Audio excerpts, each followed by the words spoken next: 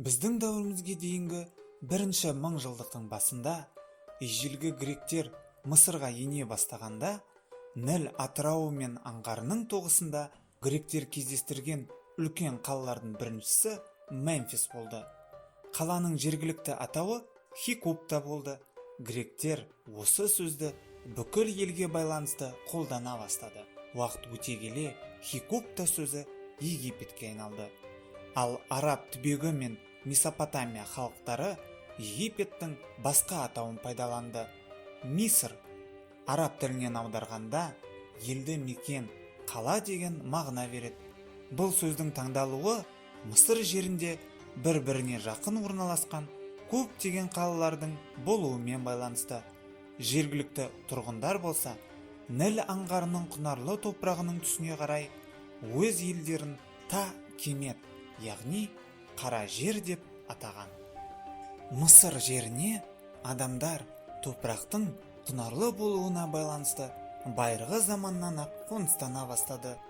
Ежелгі Мысыр өркениеті біздің заманымызға дейін 4000 жыл бұрын Африканың солтүстік шығысында Ніл өзенінің бойында қалыптасты.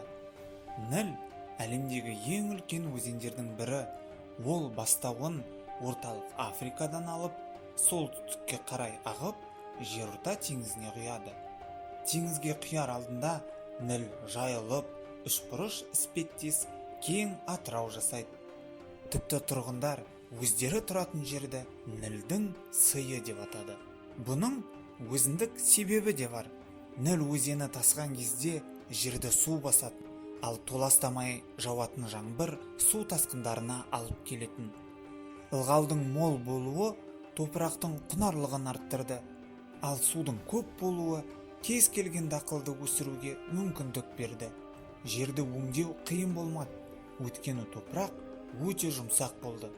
Нілдің суы арнасына қайтып оралғаннан кейін адамдар Ніл аңғарына шығып, егін егіп, күн қызып, жерді шөлге айналдырмай тұрғанда, оны жинап алу керек болды. Бұл процесс жыл сайын қайталанып отырды. Осыған байланысты Ніл жерінде бірінен кейін бірі жаңа елді мекендер пайда болып жатты. Шамамен біздің заманымызға дейін 6-7 мың жыл бұрын Мысырда 40-қа жуық кішкентай мемлекеттер болды. Олардың барлығының алдында бірдей бір мәселе тұрды. Ол жұмыс жасайтын еңбек күшінің аздығы. Адамдар саны жыл сайын көбейе берді, және оларды азық-түлікпен қамтамасыз ету керек болды. Сондықтан кішкентай мемлекеттер бірігіп, ортақ бөгендер, бөгеттер, су қоймаларын салды. Бір жағынан оларға тасыған суды керекті жерде көбірек ұстау қажет болды. Екінші жағынан елді мекендер санын арттырып, жаңа жерлерге егін егу керек болды.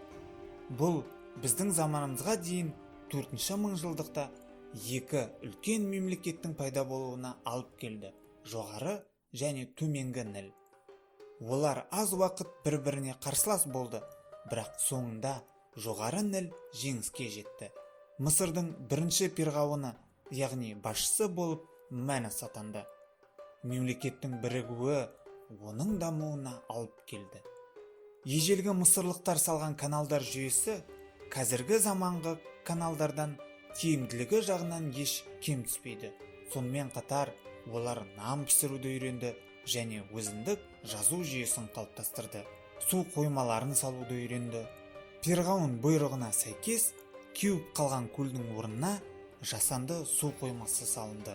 Күрделі каналдар, шлюздер және бөгендер жүйесі арқылы мысырлықтар суға деген қажеттіліктерін қанағаттандырып отырды.